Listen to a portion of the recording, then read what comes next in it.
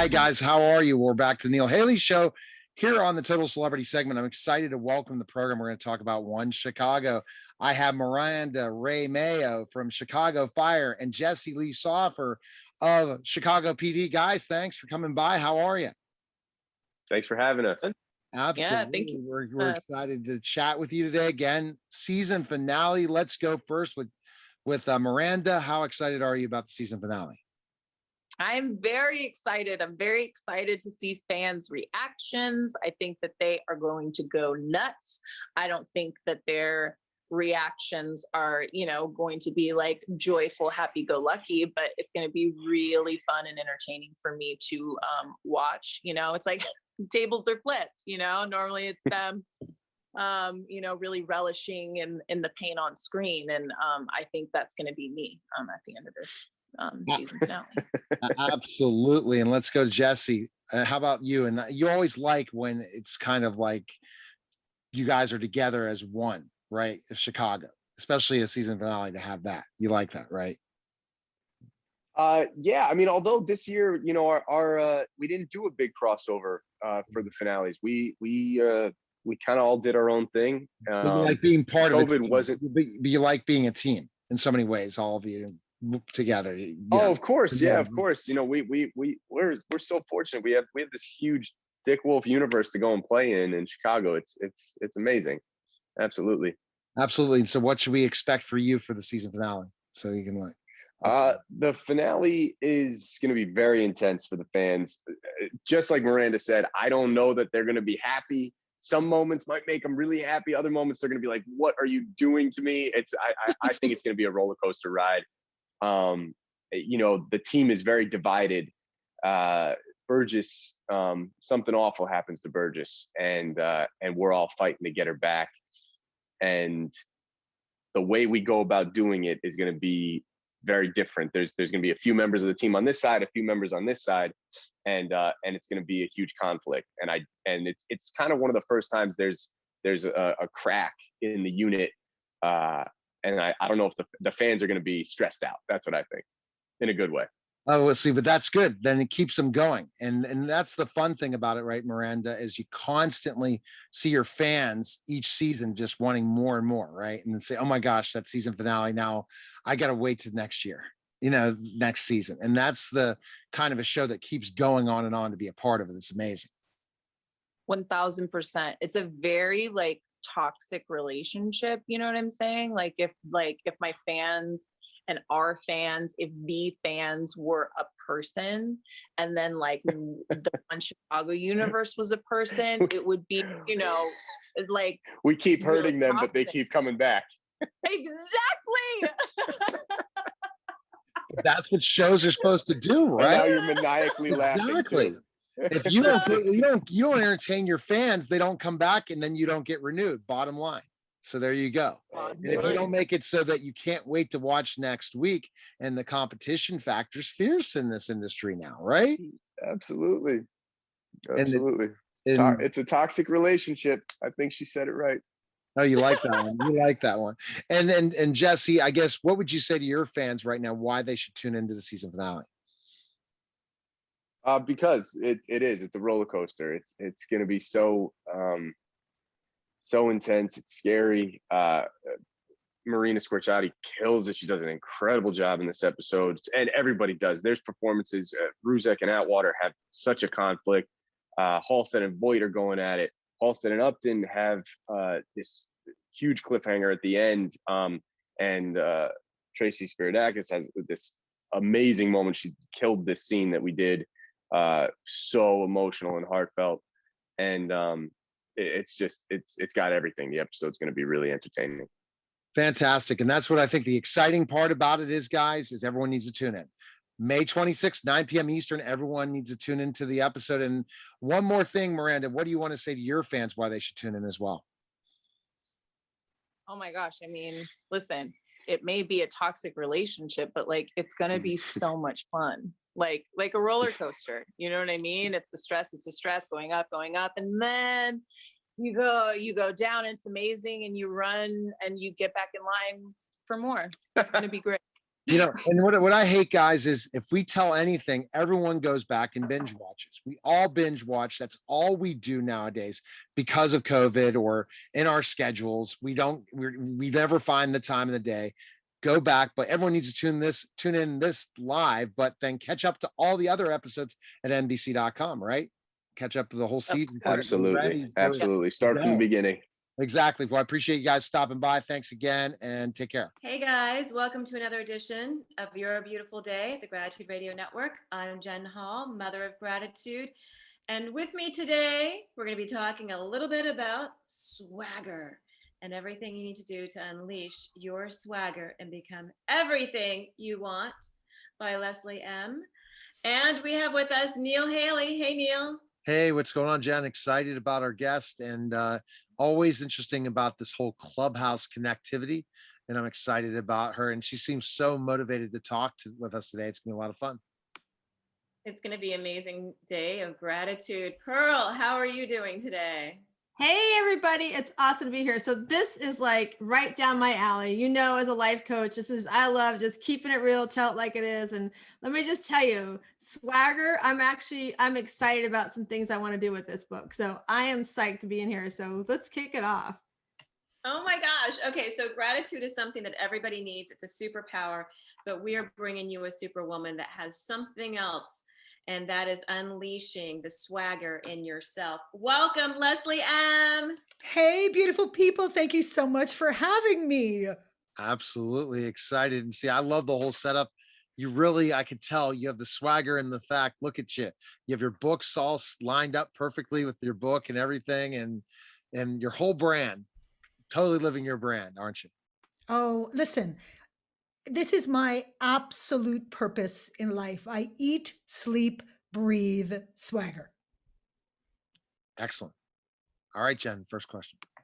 Hey, Leslie, tell us about your book and how the pandemic has brought out the swagger in you. I have to say I had swagger before the pandemic. But before we get into all of this, I want to make sure that everybody understands my definition of swagger. Because when we hear the word, we often think of that show-offy, peacocky, arrogant, in your face kind of thing. That is not the kind of swagger I'm talking about. I have redefined what swagger is. My definition is it's the ability to manifest who you really are and hold on to it in the face of all of that psychological crap that's going to come for it, regardless of situation or environment. So it means you've got one face, one truth, one heart, and you show up with it no matter who you're with and no matter where you are.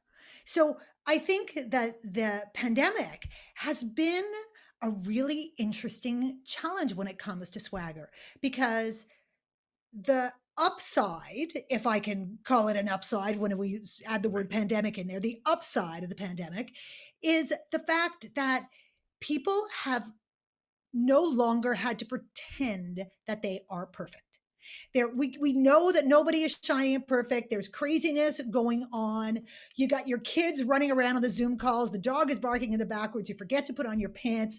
You've gained weight. You haven't had a haircut in forever. Your life is kind of a hot mess, but it's what we all face every day. It's just that some of us have spent a lot of time and energy trying to hide it, and other people haven't. So now we're all the same in that nobody is fooling anyone anymore. It is time to confess the mess and keep it real. So that's the upside of the pandemic when it comes to swagger. All right. So I am just like over here going, amen, sister, amen, sister, because that's exactly what I when I work with my clients, is what I say. Show up as yourself. Stop this imposter syndrome BS. Sorry. And, and if any coach is telling you that their life is perfect and nothing's going on, that they live it perfectly, go fire them. Right. Yeah. Oh, they're big fat liars. Exactly. Big fat liars. Yeah. So for what I want to know is what happened in your life that said, this has got to get out to this world. Like what was that pivotal moment that said, listen, we need to get this out because people need to start waking up to who they really are. And I love that you give them their hero name. I think it's so cool. Well, I have a training company called Combustion, and I've been traveling around the world training, you know, top, Fortune 100 companies in all kinds of countries. I've worked in all kinds of cultures with levels of people from CEOs down to new entrants, and focused on skills training, storytelling, presentation skills, leadership, and so on. But over time, I discovered this one fundamental human truth, and that's that people do not believe that they can reveal who they really are and still find the success that they've been dreaming of. They Mhm. don't believe at their core that who they are is good enough to bring them the success that they want. And until you deal with that, no skills training in the world is going to transform your life. Ex- And yeah. Mm. Definitely. I mean, I'm agreeing with you. Continue. okay, and so what I started to do was to layer. I mean, I'd always been very human focused with my training. We're a very different kind of training company, super irreverent, in your face, no BS, not corporate in any way, shape, or form. And one of the things that I always loved doing was really trying to crack people open in the room so that they could show their peers and their colleagues a little bit more of their authentic selves and get some positive reinforcements and positive validation, because that's kind of what sets the whole thing off. But when I realized that, I went, no, no, no, no, no. This is my whole focus now. That's all I want to do, because I could see the magic that took place when people could get a better glimpse into the authentic self of others. The reaction was like, oh my God, I've never seen you like that. You're so much more powerful. That's amazing. People would cry. We would be in our pants laughing. It was such a beautiful Right. thing. And then so many people told me that the experience had changed their lives. And I went, that's it. That's what I got to do. So when you say that's all you got to do, you figured it out, is that there's so many people that just cannot get out of their shell. They cannot find that why. And then when they find the why, they just don't believe they can do it. There's Mhm. someone in the back of their mind telling them that. Did you have that before till you broke through it? Well, I was very, very fortunate to be raised by parents who really reinforced who I was as a human being. They told me that my weird, quirky, passionate, creative, loud, vibrant self was fantastic. So I started at an advantage with that, because so often the messages that we hear, even in our own homes from people who love us, can be the beginning of the devolution, the degrading of the swagger that we're all actually born with. And life has a way of, chipping away at our psyches, and all of the negative voices that we hear and all the opinions of others start to culminate, and we start to believe that it's true about us. And our swagger progressively recedes. It starts to hide deeper and deeper inside. It's never gone. It's just hiding because it doesn't feel safe coming out to play with the world, right? So the advantage that I had was having that reinforced from the beginning. But do not think that I didn't face challenges along the road. I mean, I'm a lot of person, and I am too much for some and I am not enough for others. But I learned that as I moved through all of the crazy experience and careers I had in my life. I was a TV host for many years. I was a singer. I worked in the advertising business, and I learned that you cannot be for everyone. And if you are, you're probably so bland, vanilla, nothing, that you're never going to really make a big mark in this world anyway. So you've got nothing to lose and everything to gain. And at least, at the very least, you know who loves and accepts you for who you really are. And when you talk about revealing your true emotions, it sounds like we're going to be swaggering through some fear. Oh, yes, girl. Yes. I have discovered what I consider to be the 5 key swagger blockers. And each one of these is just part of the human condition. You're not, there's nothing wrong with you, or there's nothing bad if you're hitting these blockers, because they are fundamental to who we are. So it's either going to be persona, that belief that you got to walk and talk and dress and show up a certain way in order to be accepted by the world, in order to be taken seriously. It's going to be ambition, that driving desire to reach the top and to be willing to do anything to get there, which can change who we are and can lead to negative behaviors that we don't connect with and that other people don't connect with either. It can be insecurity, all of those negative voices in your head, all the tapes that play and make you question everything you do. It's where the imposter syndrome lives. It can be fear, the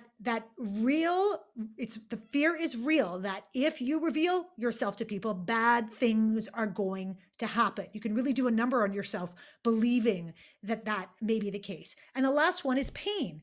If you've experienced pain as a result of letting the real you come out and play and getting a knockdown or a smackdown, you are going to be way more reluctant to do it again. So you now have scar tissue around that. And it could be from when you were 6 years old. It doesn't have to be recent, but your brain has a way of holding on to pain and recontextualizing it for the today and the now. So you got laughed at doing a presentation on tree frogs in 4th grade because your fly was down. Now, every time you get up in front of people in a business setting, you want to fall apart because that pain is still there with you. So those are the basic swagger blockers that will get in the way. I love that. I love to share the story about leaning into your fear, like leaning into what that is, right? Because I really believe in that we're all got this great gift and talent that's in us, right? That whoever you believe in, I believe that God's given me these talents. And if we don't develop the talents, then we're kind of being selfish to not only ourselves, but maybe I needed to receive what your talent was. So, I mean, for you, I'm so glad your parents, really pushed you in that, right? I mean, I wrote all those down because it's so true. Like you said, when I was younger, I walked in, I got assigned in my sophomore year of high school to do a speech class. And I was like, give me the HE double hockey sticks out of this class. I am not standing in front of anybody now. And then look at me now, years later, I meet this husband who's like, and that's, like you said, it went back to my parents. My parents didn't push me to go do that, right? So I was very shy. Then I meet a husband who says, if we're going to argue, you have to be part of this argument because I can't figure you out, right? And so now he'll tell you, I don't shut up, right? But now I go and I speak and I'm on stages and stuff, right? Like Jen's heard me speak, and I would have never thought I would do that, but that's because I finally leaned into the fear of, like pushing past it. And I think that's just so powerful what you said about, fear is real. And it can also be a liar to us because it's, if we don't push through it, it's going to keep us back.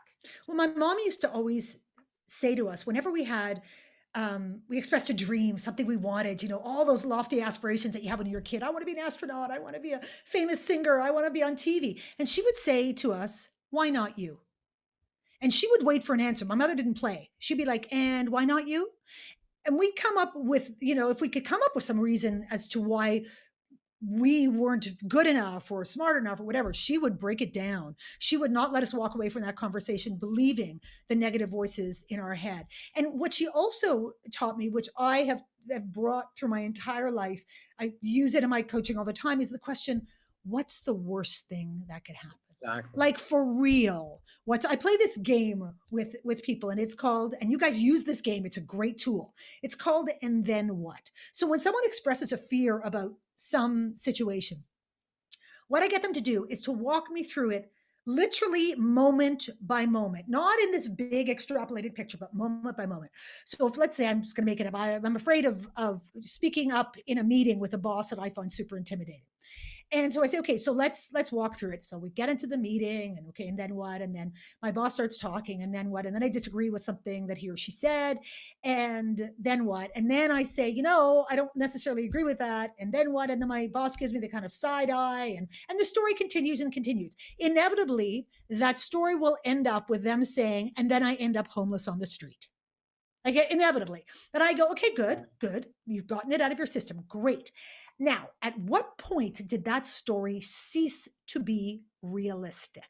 Let's just track back to the moment where you know that it ceased to be realistic, where your fear took over. And it's usually with, and then my boss gave me the side eye. Right? So you pull it back to the place where you go. So what you're saying is, realistically, the worst thing that could happen is you could get the side eye from your boss. How are you feeling now? They're like, well, it's not so bad. No, it's not.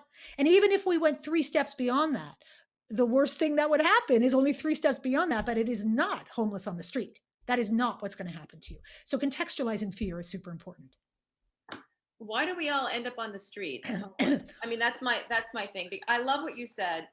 I'm too much for some and not enough for others. And I find that true, especially in theater, especially in film, in the film industry.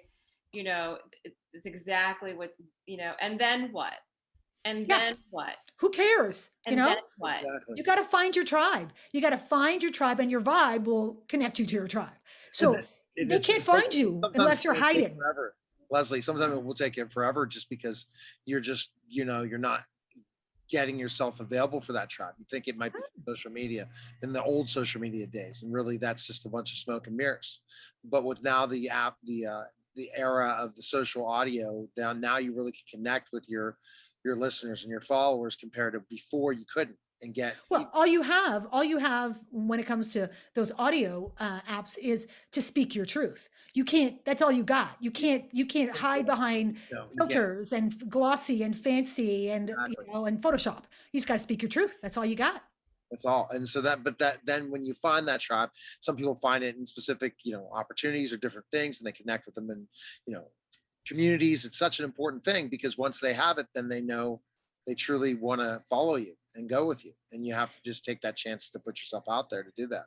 And it also teaches you to be able to filter criticism through the lens of from whom it comes. You know, that's the first thing that I look at whenever, because haters gonna hate, swagger haters gonna come. There's nothing you can do about it. You can't control the world and their opinions. You know, that's called, you know, freedom of speech and democracy. Go nuts, people, whatever. Right. But just because you put it out there doesn't mean I have to pick it up. Like you wouldn't go to the airport and go grab some stranger's baggage off the carousel and pull it down the causeway. So why the heck would you do it in life? And that's what we do when we take Exactly. on other people's crap and criticism and judgment. It's like picking up their suitcase and then going to put on their dirty underwear when we get it home. No, thank you, ma'am. Not having it. Not happening. So I have a question for you. So Yes. you've talked about these great companies you worked for, right? So let's talk about the smaller companies, like smaller coaches and things like that. So do you work with the smaller entrepreneur that is growing a coaching business per se? And then my other question is on your book, I'm sitting here going, wow, I just love your book. It's just so, I just read a little bit earlier today, but I was just like going, I work with a great group of women. I'm like, they need this book, right? So I think we're gonna do a book club with it. So Yes, let's go. Let's do it, girl. Yeah. Let's do it.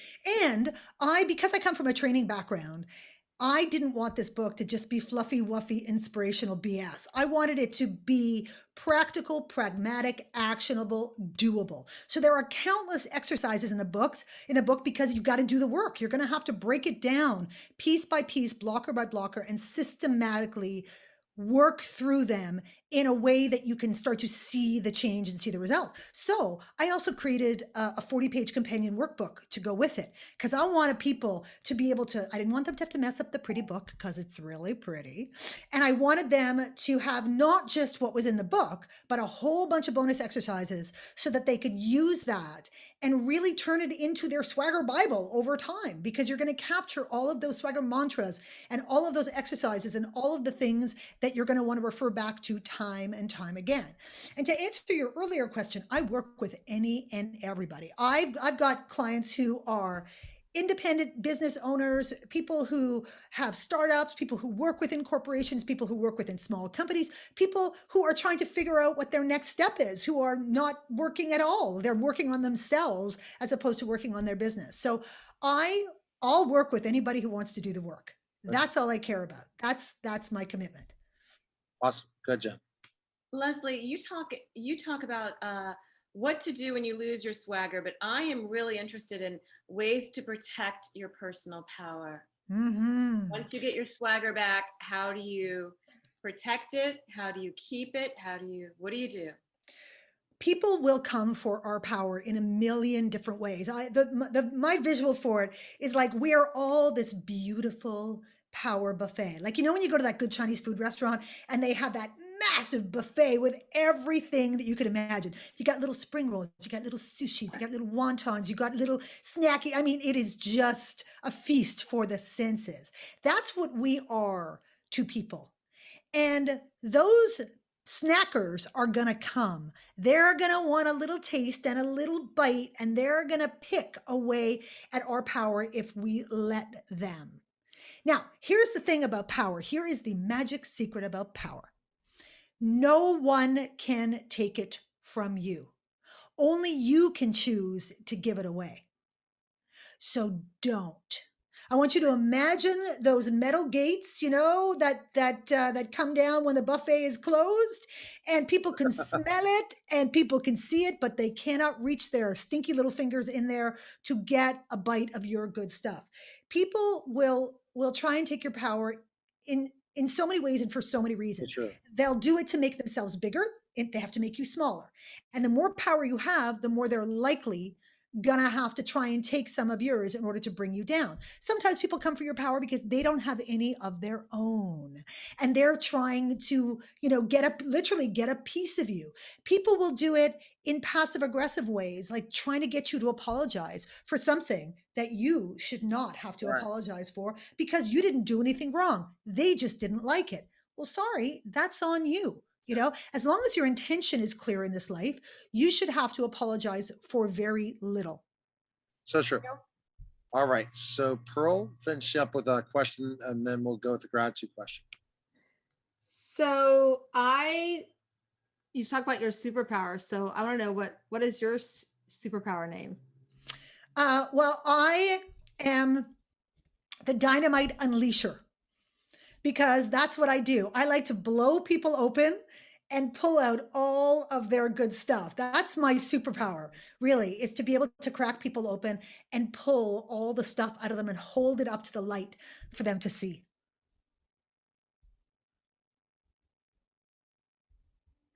I love that. I think what's your superpower, Pearl?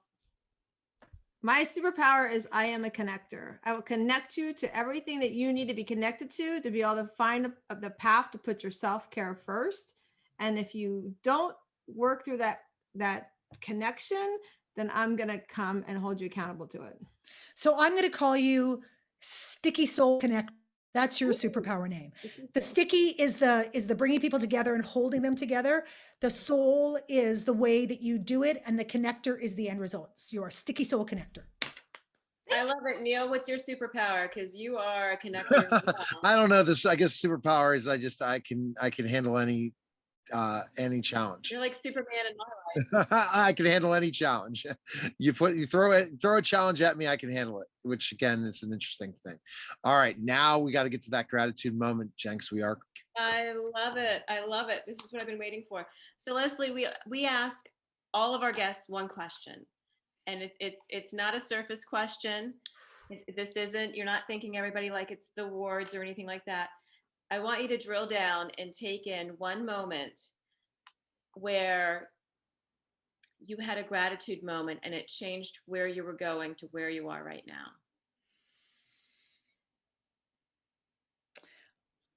I am someone who has a hard time asking for help.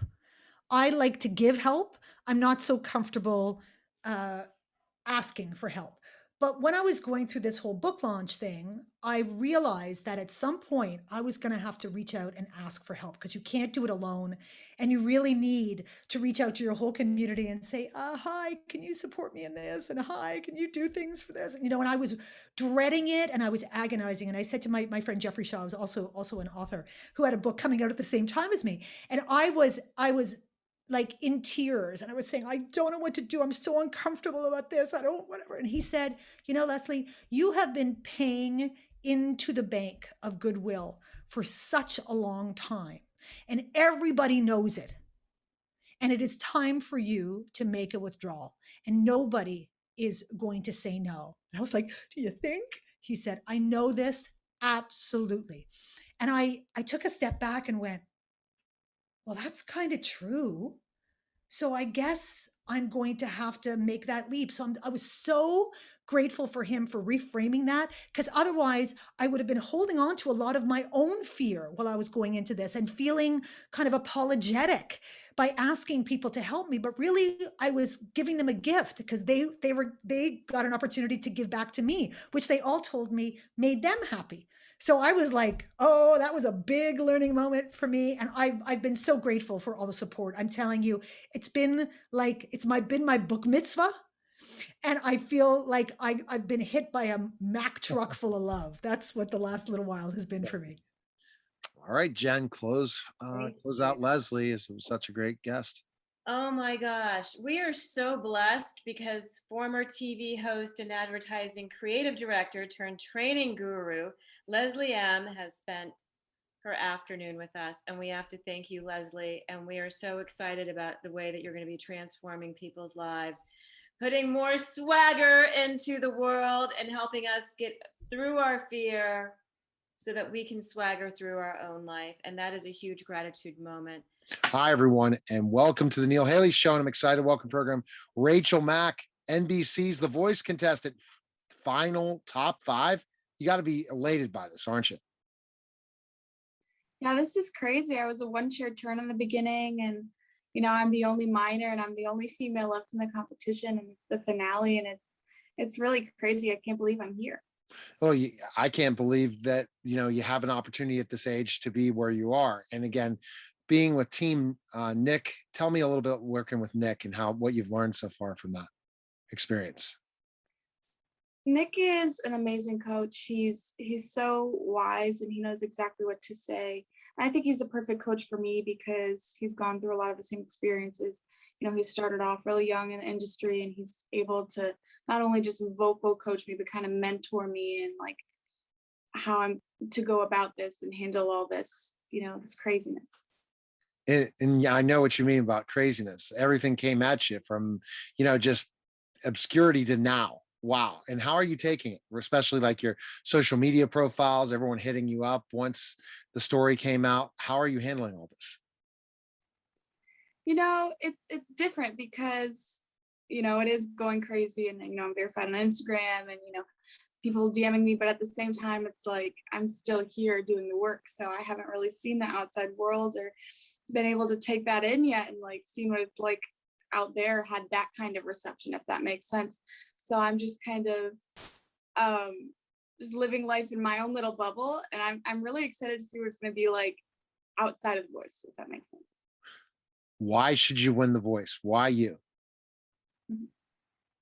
Well, I feel like I've overcome a lot of obstacles, not just in my personal life, but on the show. I was a one-chair turn, and I had an amazing battle partner, and it was one of the hardest battle choices to pick the winner. And I overcame that, and I also went up against a 4-chair turn in the knockouts, and I've overcome what I feel like is a lot of obstacles. I am the youngest in the competition. I have been the whole time, but I feel like I've rose to the occasion, and I've just tried to use my age as an advantage to be like a sponge and learn everything I can. And no matter what happens, I feel like I've just learned so much from this experience. And I read up on your story about how you've been able to overcome depression and how you're dealing with it your whole life, and how you're really, hopefully you win this so that you can bring awareness to this, right? That you're not alone, right? And now you feel like you're not Yeah. alone with your whole tribe now, right? Yeah, of course. I mean, I have a stage to voice and to voice what matters and voice my opinions. And I think that's really important, to use it to talk about important topics. And hopefully people see that and connect with it. And hopefully I can continue doing that.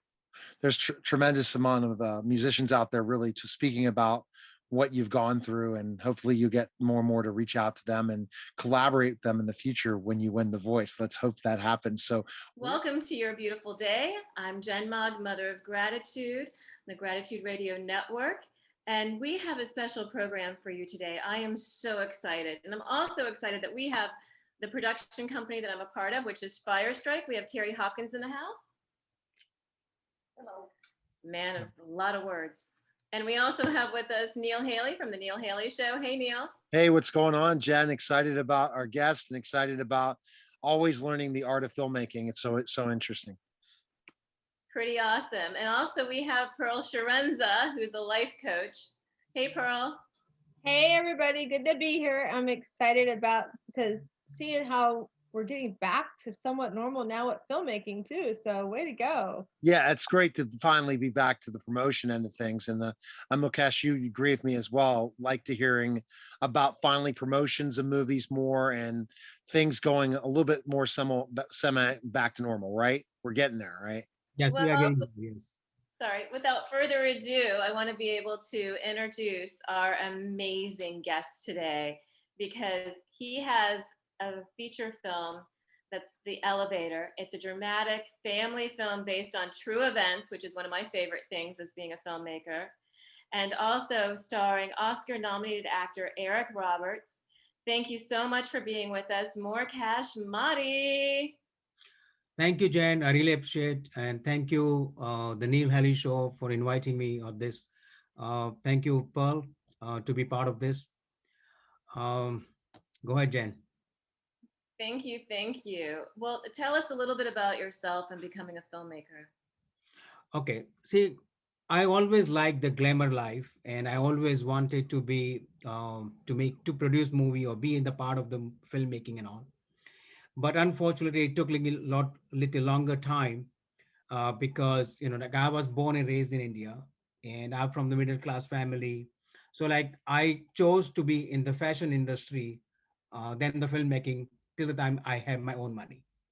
So I used to live in LA in 2002 and 2003. That's where I started learning. Went to the school to how to make movies. Since then, I wanted to be start making a movie, and once after from the fashion business, I had my money, so I wrote the story, and then I produced the movie. Awesome. Fantastic. And I think that's a great thing that you found that's more of your passion, filmmaking, than fashion, would you say? It's like it was always my passion. So your passion projects or films where the money you made was in fashion. In the fashion industry, yes, which I'm still have it. I have my own men's line, which I supply to major discounted stores all over US. Very interesting. Okay. All right, Pearl, your question. So I think it's so cool that you knew, it sounded like you knew at a young age you really wanted to go into this path, right? And so Yeah. you found that way of doing it through doing, the clothing in the garment industry, right? And so are you finding that it's bridging the two of them together? Are you finding you're using it in the film industry? Use that to raise your money. So now that you're on the other side of doing your film, are you finding which one you really like the most? I mean, it sounds like you're more into the directing the film. So where's your passion, and what do you see next as you build on this? See, I'm very happy doing both, and I love doing both. See, like if you don't love your work, then you're working. When you love your work, then you're not working. You're doing what you want to do in your life. So that's what, and I'm enjoying it. What I do. So, and I love to do both the things. And I'm not going to give up my fashion business, because that's where I made a lot of money. That's smart, right? Exactly. Yeah. You don't give up on what makes you money, but you have to have your passions as well. It's like I have my digital marketing agency and I have my PR agency, but also I love radio and television. And if I could do that all the time, I would do that all the time. But there's other things that pay me after that fact. So that's the thing. You can do all this, but combine them all together. It's a great thing. But you said to yourself, okay, I love doing this, but I got to do also the other. So they're interesting. Okay, Jen, next question. Madi, how did you break into the fashion industry? Uh, as I mentioned, I always wanted, like I always liked the glamorous life. I always wanted to be. So I went to learn textile back in India, which is one of the biggest college university in Asia. That's where I learned my diploma in the textile, and then I joined the garment industry. So is that a tough process to break in to that industry to be successful? Not really. I don't believe in that. I only believe one thing, that if any human being can do anything, I can do it. That's what I believe in. So nothing is tough. Is your dedication, is your hard working, and some luck, I would say. But the luck only comes if you work hard. I love your mantra. I absolutely adore your mantra. That is incredible. Pearl, what do you think? Because that's right up your alley. So what I think is really cool, so Mukesh, I'm a life coach, and I talk a lot about like leaning into your passion. And when you lean into your passion, like we all have that gift inside of us. So your gift is filmmaking and the garment area, right? So you've leaned into that passion, and when we lean into that passion, whether it's also leading into a fear of, is it going to be successful or not, right? And so when we do that, that gift that you have inside, if you don't let it come out, I can't receive that gift, right? Others can't receive that gift. And I think it's really awesome to take like where you've come from and walking and finding your dream, and you're leading into that dream now, right? And so those that follow you from like even from your country, and even young adults here in our country, to watch you lean into that and that gift, I think it's really amazing. And do you find that any of the proteges that are younger than you, that and from your country, that are trying to come into this industry, do you find them reaching out to you? And have you thought about reaching a platform to share that with, how you did this? Yes, definitely. Once few people find out, like through my social media, my Facebook and all, yeah, few people did approach me, like they want to produce, they want some support, and I'm ready to help whomever I can. Definitely. That's great. Now, okay, so basically, let's talk about how this started. Is this the first film you've made? Is Elevator, or have you made other films before that? No, that's my first feature film. I did make one documentary movie, which is like 10 minutes. It's called The Vision. It is like kind of a motivate the community, the motivate the people. Neat. How did you come up with the idea? Of that the documentary movie. Mhm.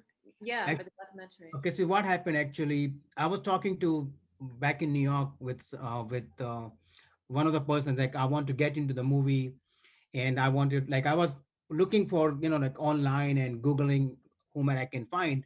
So I found one person, and then I had a meeting with him, and then I said, listen, I have to go to India before. I said, why are you going to India? See, I go to India once in a year, and I sponsor free medical checkup and free eye surgery. So I sponsor the whole thing, where between 1,200 to 1,500 patients comes. So I go once in a Right. year there.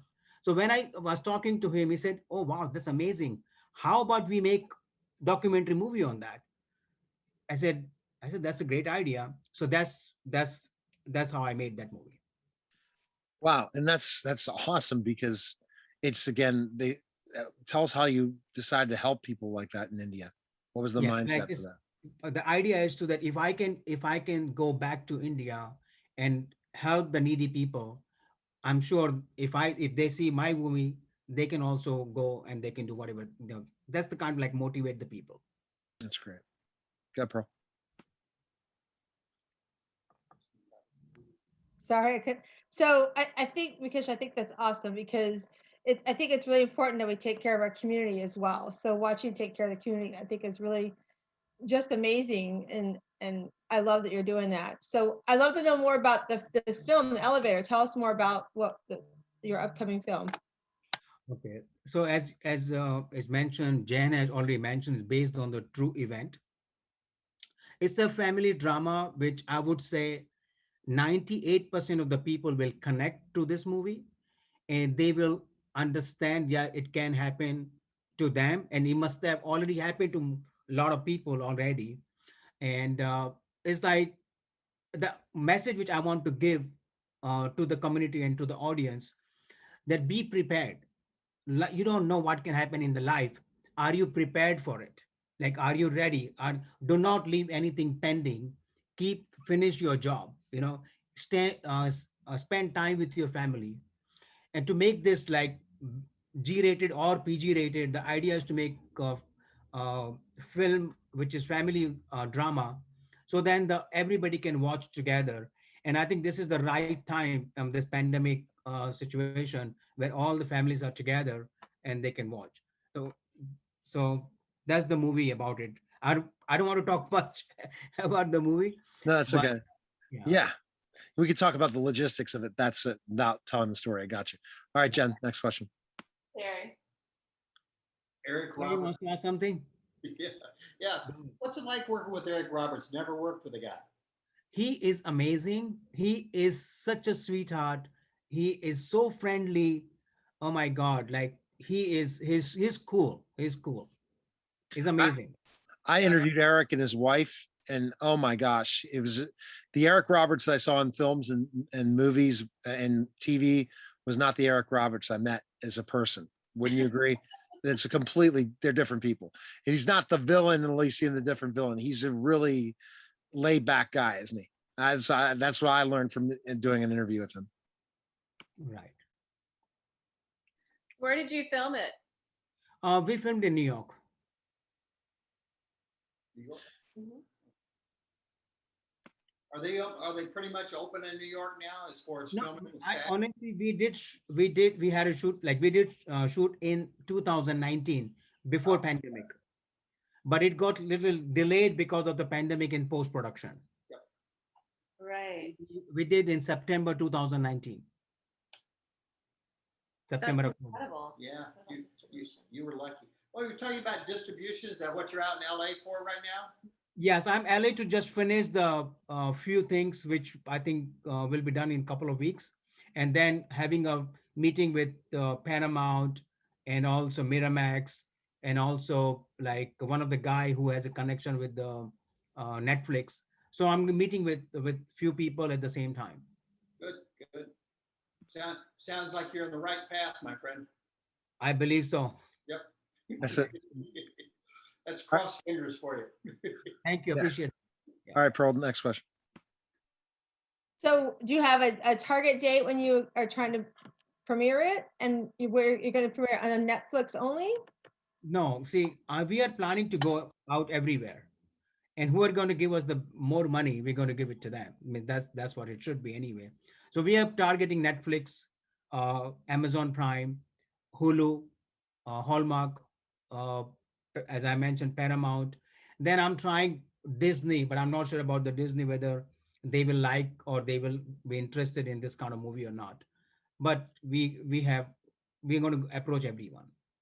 So is this completely your project, your story and stuff? As Yes. the film? Yeah. This Okay. is it's based on a true event, not the whole entire story is the true, but the event is based on the true event. And I as I mentioned before, and people will, when the audience is going to see it, I can say around 40 to, I would say 60% people will think, oh, it's my story. Gotcha. So you, certain parts of it is your story, other parts are not. Yes. To make it more, so did you write the whole thing? Did you write the screenplay too? No, I didn't write the screenplay. That was written by somebody else. I just, it was my story, but I hired somebody to write the script. Gotcha. Okay. Good, Jen. That's really smart. That's really, really smart. What are some other things that you want to do being a filmmaker? What are some other films that you want to put together? See, as well, I want to see how far I go with the first movie, and of course, I've written the second story and third story. I have 3-4 story already written myself, and I just finished the script of the second movie. I wrote like 60 pages, and then I hired somebody else to write another 30 pages, so that the person is writing the second story. Other than that, as mentioned, like I like fashion business, which I do, and then other than that, I like to give back to community.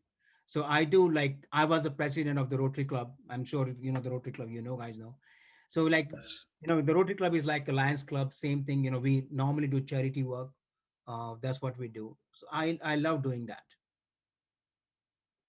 I am a fellow Rotarian as well. Oh, nice.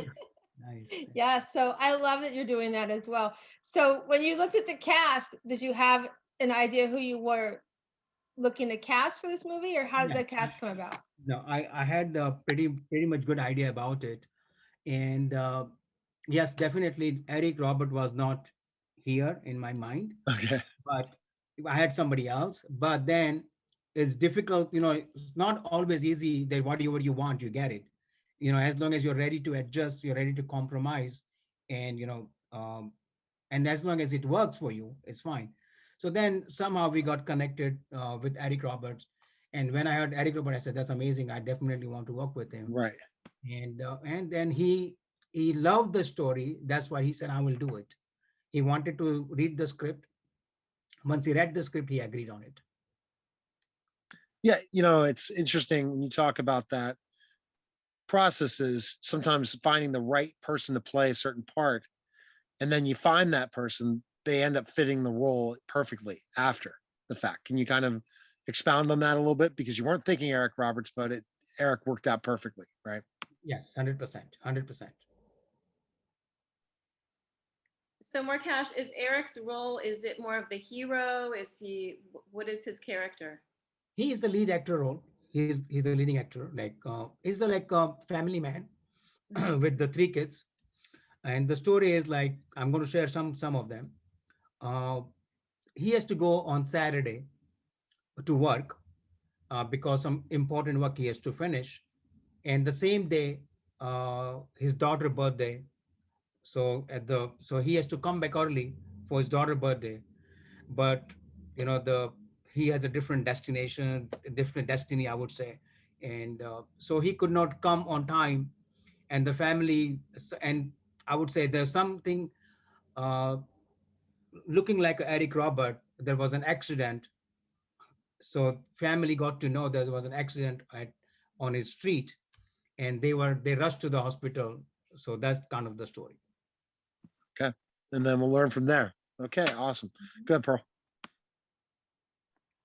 So you are staying in LA for a little bit and going back to New York, and then I know you've got the other couple of stories. What's your big, like, if you could do your big dream role or a film you would want to do? What's your big dream film you'd like to make?